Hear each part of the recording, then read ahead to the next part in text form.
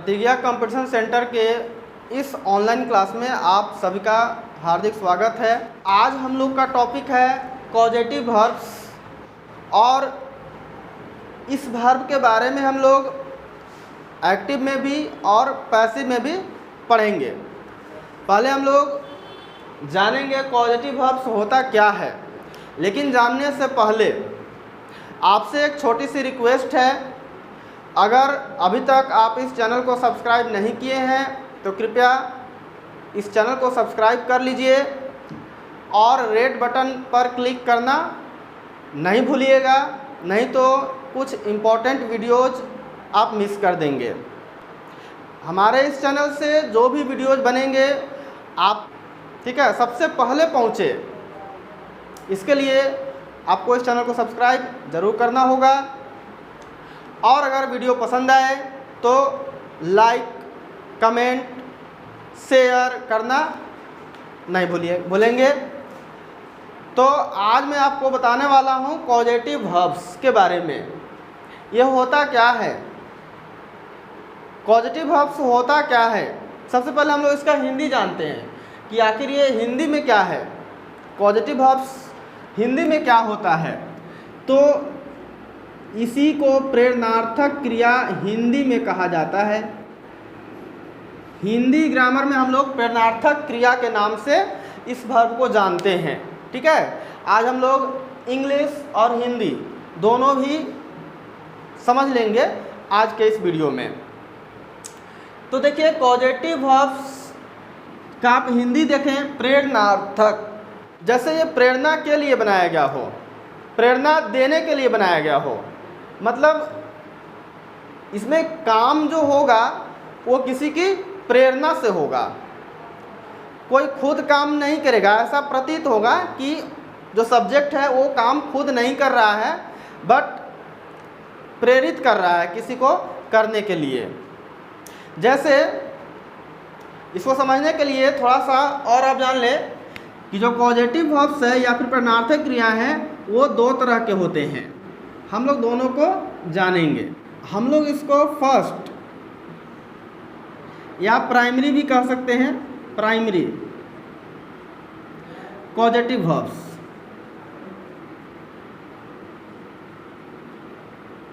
और सेकेंड है, सेकेंड या इसी को आप सेकेंडरी भी कह सकते हैं, सेकेंडरी कॉजेटिव वर्ब्स। तो ये प्राथमिक प्रेरणार्थक क्रिया है और ये द्वितीयक प्रेरणार्थक क्रिया है। आप समझते हैं कि दोनों होता क्या है। हम लोग कैसे पहचानेंगे प्राथमिक प्रेरणार्थक क्रिया को और द्वितीयक प्रेरणार्थक क्रिया को।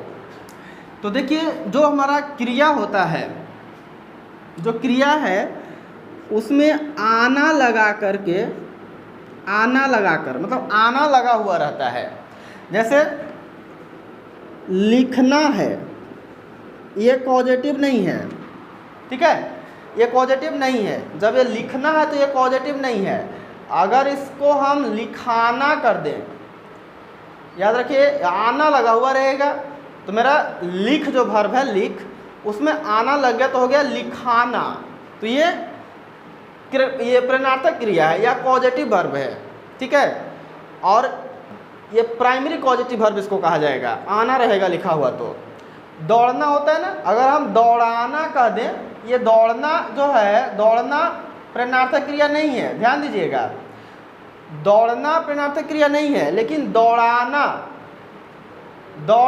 अगर कह दें तो ये प्रेरणार्थक क्रिया है और ये प्राइमरी है। समझ गए। उसी तरह से खेलना नहीं होगा। अगर हम खिलाना का प्रयोग करें, खिलाना, तो ये क्या होगा, प्राथमिक या फिर प्राइमरी प्रेरणार्थक क्रिया, प्राइमरी कॉजेटिव वर्ब ये कहलाएगा। समझ गए। तो ये हुआ प्राथमिक। दूसरा को पहचानने के लिए आपको क्रिया में वाना लगा हुआ होना चाहिए, वाना। ठीक है, वाना। जैसे लिखना से हमको बनाना है अगर सेकेंडरी कॉजेटिव वर्ब, तो हम लोग क्या लिखेंगे, लिखवाना। ठीक है, लिखवाना, ये वाना लगा हुआ है ना, तो सेकेंडरी कॉजेटिव वर्ब है। फिर दौड़ाना से आप दौड़वाना, दौड़वाना, ये मेरा सेकेंडरी कॉजेटिव वर्ब है। खेलना से खिलवाना, ये खिलवाना जो है प्रेरणार्थक क्रिया है और सेकेंडरी है। तो पहचानने का बहुत ही आसान तरीका हिंदी में भी और इंग्लिश में भी। आप हिंदी में कैसे पहचानेंगे, ये लिखाना आना लगा हुआ रहेगा तो मेरा प्राइमरी या फिर प्राथमिक पॉजिटिव वर्ब कहिए या प्रेरणार्थक क्रिया कहिए, ठीक है। उससे दौड़ाना, खिलाना ये प्राथमिक है, प्राइमरी पॉजिटिव वर्ब है। जबकि वाना लगा हुआ रहेगा तो द्वितीयक हो जाएगा, सेकेंडरी पॉजिटिव वर्ब हो जाएगा। फॉर एग्जांपल लिखवाना, दौड़वाना, खिलवाना, हंसवाना, रुलवाना, ठीक है, ये सब द्वितीयक सेकेंडरी पॉजिटिव वर्ब में आएंगे, ठीक है। ये हमने हिंदी में देखा। अब इसको हम लोग इंग्लिश में कैसे पहचानेंगे ये देखते हैं। तो ध्यान दीजिए कि हम लोग लिखाना को इंग्लिश में क्या कहते हैं, और जो कहते होंगे वही मेरा प्राइमरी पॉजिटिव वर्ब होगा। तो आपको याद रखना है, लिखाना अगर कहना है इंग्लिश में तो मेक, और यहाँ पर ऑब्जेक्ट का जगह है और उसके बाद V1 लगा देना है। ये पहचान है प्राइमरी पॉजिटिव वर्ब का। मेक यहाँ पर ऑब्जेक्ट का जगह है, ऑब्जेक्ट और उसके बाद वर्ब का फर्स्ट फॉर्म। जैसे अगर आप लिखाना कह रहे हैं, ध्यान रखेंगे ये जो मेक से बना हुआ ये प्राइमरी पॉजिटिव वर्ब बनेगा, ठीक ना। तो लिखाना का अंग्रेजी अगर आपसे पूछा जाए तो मेक राइट। अभी आप मेक राइट का प्रयोग करेंगे, क्योंकि अभी मैं इसका सेंटेंस में यूज नहीं कर रहा हूँ, इसलिए यहाँ पर ऑब्जेक्ट नहीं दिख रहा है। तो लिखाना है तो मेक राइट, उस तरह से दौड़ाना है तो मेक रन, ठीक है। जैसे खिलाना है तो हम लोग क्या कहेंगे, मेक प्ले, समझ गए। तो इस तरह से हम लोग प्राइमरी पॉजिटिव वर्ब को इंग्लिश में पहचानेंगे। मेक के बाद V1 लिखा हुआ रहेगा, दौड़ाना मेक रन, हंसाना मेक लाफ, ठीक है, रुलाना मेक विप, समझ रहे बात को। तो मेक प्लस V1 रहेगा तो हमारा प्राइमरी पॉजिटिव वर्ब होगा। और अगर ऑब्जेक्ट आता है, क्योंकि सेंटेंस हम लोग जब यूज करते हैं तो ऑब्जेक्ट तो आता ही है, तो हम लोग बीच में मेक और V1 के बीच में ऑब्जेक्ट को रखेंगे, ठीक है। मैं आपको एग्जांपल भी दिखाऊंगा। अब चलिए आते हैं हम लोग सेकेंडरी पॉजिटिव वर्ब को देखते हैं। सेकेंडरी पॉजिटिव वर्ब को देखते हैं जहाँ वाना लगा हुआ रहता है। अगर हमको लिखवाना कहना हो इंग्लिश में तो हम लोग क्या कहेंगे। तो इसके देखिए आपको याद रखना है, गेट या फिर गेट के जगह पर हैव भी हो सकता है ना। उसके बाद आपको ऑब्जेक्ट, बीच में ऑब्जेक्ट आएगा और आफ्टर दैट आपको वर्ब का थर्ड फॉर्म लगाना है, ठीक है ना। थर्ड फॉर्म लगाना है आपको। उसके बाद ये हमारा सेकेंडरी पॉजिटिव वर्ब है, गेट या have plus object plus V3 ना, ये मेरा सेकेंडरी पॉजिटिव वर्ब होगा। जैसे लिखवाना को अगर इंग्लिश में कहना है लिखवाना, तो हम गेट या हैव दोनों में से कोई भी यूज करेंगे, इसमें कहीं कोई कंडीशन नहीं है, ठीक है। आप you can use out of this two, okay. आप इन दोनों में से कोई भी एक यूज कर सकते हैं। तो हमने गेट का यूज किया। मान लीजिए कि कोई हैव का भी प्रयोग करेंगे तो हैव का प्रयोग करेंगे। ऑब्जेक्ट तो अभी नहीं है, लिखवाना मेरा लिखना का क्या वर्ब होता है, राइट होता है। इसका V3 हम यूज करेंगे रिटेन। तो गेट रिटेन या फिर हैव रिटेन ये सेकेंडरी पॉजिटिव वर्ब होगा, ठीक है। जैसे दौड़वाना अगर कहना है, दौड़वाना तो गेट या हैव प्लस V3, तो रन ही होता है V3 इसका। अगर खिलवाना कहना है तो गेट और V3 प्लेड। अगर हंसवाना कहना है तो गेट लाफ्ड, ठीक है। अगर पिटवाना कहना है तो गेट बिटेन, समझ गए होंगे। अब आप प्राइमरी पॉजिटिव वर्ब और सेकेंडरी पॉजिटिव वर्ब हिंदी में भी और इंग्लिश में भी पहचान सकते हैं। चलिए आइए मैं अब आपको इनका सेंटेंस में use both in active and passive दोनों वॉइस में आपको बताता हूँ। तो देखिए एक्टिव सेंटेंस में लिखता हूँ, एक एक्टिव सेंटेंस में लिख रहा हूँ प्राइमरी पॉजिटिव वर्ब से। अगर मैं कहूँ कि वह मुझे हंसा रहा है, ध्यान दीजिए ये हंसाना ही है। मैं हंस रहा हूँ, तो हंसना ही है, हम लोग हंसना यूज ना करके हम लोग मैं हंस रहा हूँ यूज करते हैं ना। तो ये हंसा यूज रहा है, मतलब हंसाना से ही ये हंसा बना हुआ है। वह मुझे हंसा रहा है, वह नहीं ना हंस रहा है, वह मुझे हंसा रहा है। ठीक है, कर्ता, अभी मैं आपको बताया कि प्रेरणार्थक क्रिया में क्या होता है कि कर्ता खुद काम नहीं करता है, ऐसा लगता है कि वो किसी और को काम करने के लिए प्रेरणा देता है। ठीक है, तो यहाँ पर वह मुझे हंसा रहा है, मतलब वह नहीं हंस रहा है, मुझे वो हंसा रहा है। ठीक है, हंसूंगा मैं, वह नहीं। समझ गए?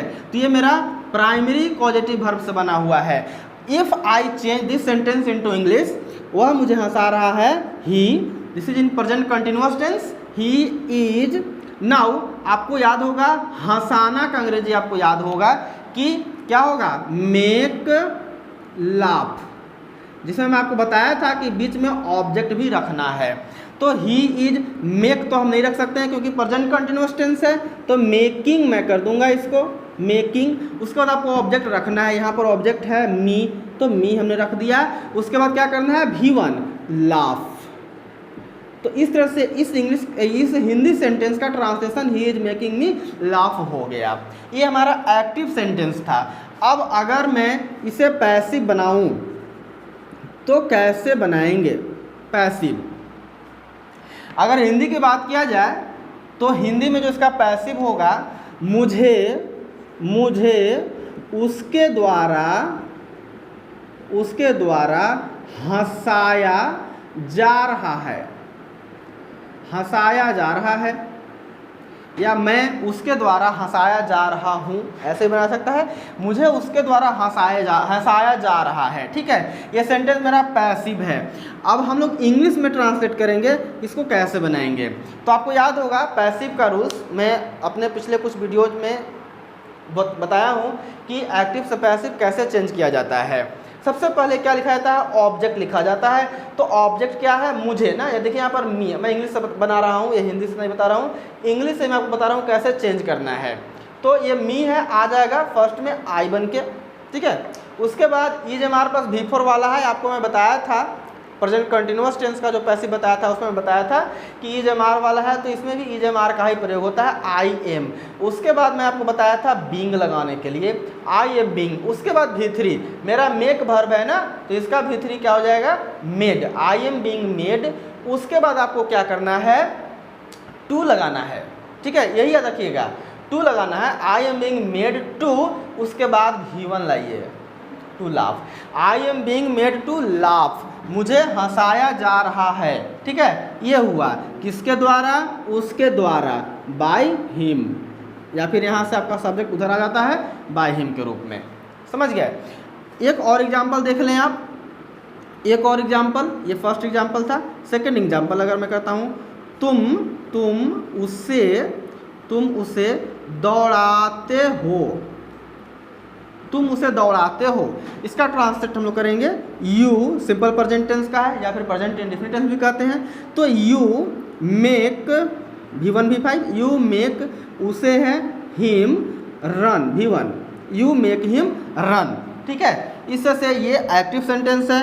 अगर हम लोग इसका पैसिव बनाए तो हिम आ जाएगा यहाँ, ही, उसके बाद इज लगा देंगे, उसके बाद V3 ही इज मेड। अब क्या लगाना है मेड के बाद, to, he is made to V1 run, he is made to run, किसके द्वारा, बाय यू। तो इस तरह से आप प्राइमरी पॉजिटिव वर्ब का पैसिव वॉइस में यूज कर सकते हैं। ठीक है, अब मैं आपको सेकेंडरी पॉजिटिव वर्ब का पैसिव बताने वाला हूँ। सेकेंडरी पॉजिटिव वर्ब के लिए मैं एक एग्जांपल लेता हूँ हिंदी का, वह मुझे हंसवा रहा है। देखेंगे, वह मुझे हंसवा रहा है, हंसवाना से ही बना हुआ है ना, हंसवाना, और वाना लगा हुआ है तो वो सेकेंडरी पॉजिटिव वर्ब है ना।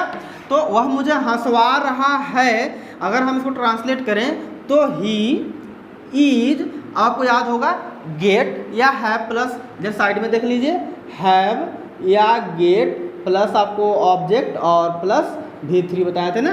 तो यहाँ पर ही इज आप हैव का प्रयोग कीजिए या फिर गेट का प्रयोग कीजिए, लेकिन चूंकि रहा है लगा हुआ है तो आप V4 का प्रयोग करेंगे। ठीक है, ही इज गेटिंग या फिर हैविंग। एक चीज़ आप ध्यान में रखिएगा, आप हैव को देख करके ऐसा कंफ्यूज हो सकते हैं कि आप कहीं पढ़े होंगे कि हैव का V4 के रूप में या फिर कहिए कि कंटिन्यूअस टेंस के रूप में हैव का प्रयोग नहीं होता है। लेकिन बात सिर्फ इतना ही नहीं है, ये अगर इतना आप जानते हैं तो फिर आधा आप जानते हैं, अधूरा आप जानते हैं। हैव का प्रयोग V4 में तब नहीं होता है या कंटिन्यूअस टेंस में तब नहीं होता है जब हैव का मतलब पास रखना होता है। ठीक है, इसलिए आप ये कंफ्यूज मत होइएगा कि ये मैं गलत आपको बता दिया हूँ। जब हैव का मीनिंग पास रखना होता है तब उसका प्रेजेंट ये सिर्फ कंटिन्यूअस टेंस में प्रयोग नहीं होता है। ठीक है, कंटिन्यूअस टेंस में तो यहाँ तो पास रखना कहीं नहीं है। आप देख सकते हैं खुद पास रखना क्या मीनिंग दे रहा है, कहीं नहीं है। ठीक है, इसलिए मैं हैविंग का बेफिक्र यूज करूंगा और आप भी करेंगे। ठीक है, ही इज गेटिंग या हैविंग, उसके बाद ऑब्जेक्ट रखना है। ऑब्जेक्ट क्या है, मुझे यानी मी। उसके बाद V3 का प्रयोग करना है ना, लाफ, LAUGHED, लाफ्ड। तो ही इज गेटिंग या हैविंग मी लाफ्ड, वह मुझे हंसवा रहा है। ये सेकेंडरी मेरा कॉजेटिव वर्ब का यूज हुआ है इस सेंटेंस में। अब हम लोग पैसिव कैसे बनाएंगे, एक हिंदी पहले आप देख लीजिए। इसी का अगर मैं हिंदी पैसिव करूं तो मुझे उसके द्वारा हंसवाया जा रहा है, हंसवाया जा रहा है। ठीक है, ये पैसिव हुआ मेरा हिंदी का। अब मैं इसको ट्रांसलेट करूं या फिर इसका पैसिव बनाऊं, दोनों तो सेम ही होंगे। मैं इसका पैसिव बनाता हूं, चूंकि आपका इंग्लिश का एग्जाम होगा तो आप तो इसी को देखेंगे। तो क्या करना, पहले ऑब्जेक्ट लाना है, आई, मी है, इधर आकर आई बन जाएगा। ठीक है, आई, उसके बाद EMR है तो आई के साथ एम, उसके बाद बींग लगाना है। ये सब मैं रूल बता चुका हूँ प्रेजेंट इंडेफिनिट टेंस का पैसिव वॉइस में। आई एम बींग, उसके बाद V3 लिखना है, आई एम बींग। आप गेट का V3 लिखेंगे तो गॉट लिखेंगे। ठीक है, अगर आप हैविंग का लिखेंगे तो हैड लिखेंगे, दोनों में से कोई एक ही लिखेंगे। ठीक है ना, या फिर आई एम बीइंग गॉट लिखिए या फिर आई एम बीइंग हैड लिखिए। उसके बाद क्या करना है, यहीं पर याद रखना है आपको ना, आई एम बीइंग गॉट या फिर I am being had to be लगाना है, टू बी याद रखेंगे, टू बी। उसके बाद आप उतार लीजिए V3 को, टू बी लाफ्ड। उसके बाद किसके द्वारा, बाय हिम, बाय हिम। अब ये संदेह मत कीजिएगा कि ये दो वो V3 होगा, दो क्या, अगर ज़रूरत पड़ी किसी सेंटेंस में तो 50 को V3 भी मैं लिखूंगा। ठीक है, लेकिन अभी उसकी ज़रूरत नहीं आई है, अभी तो दो ही V3 हम लोग देख रहे हैं। I am being got to be laughed by him या I am being had to be laughed by him. ठीक है, एक और एग्जाम्पल देखेंगे, ये first example. Second example, she will get you sung, she will get you sung, वह तुमसे गाना गवाएगी ना, गवाएगी, वह तुमसे गाना गवाएगी। इसका पैसे हम लोग बनाते हैं, ऑब्जेक्ट ले आते हैं यू, उसके बाद शैल विल है तो ये विल का प्रयोग हो जाएगा, बी V3 गॉट, उसका क्या लगाना है, to be, to be, you will be got to be. V3 क्या है, संग बाई सी का हर। तो इस तरह से हम लोग कॉजेटिव वर्ब के बारे में और उसके एक्टिव पैसिव के बारे में आज सीखे। ठीक है, वीडियो आपको अगर पसंद आया होगा तो लाइक ज़रूर कीजिएगा, और कोई अगर आप एडवाइस देना चाहें तो वो भी दे सकते हैं। धन्यवाद।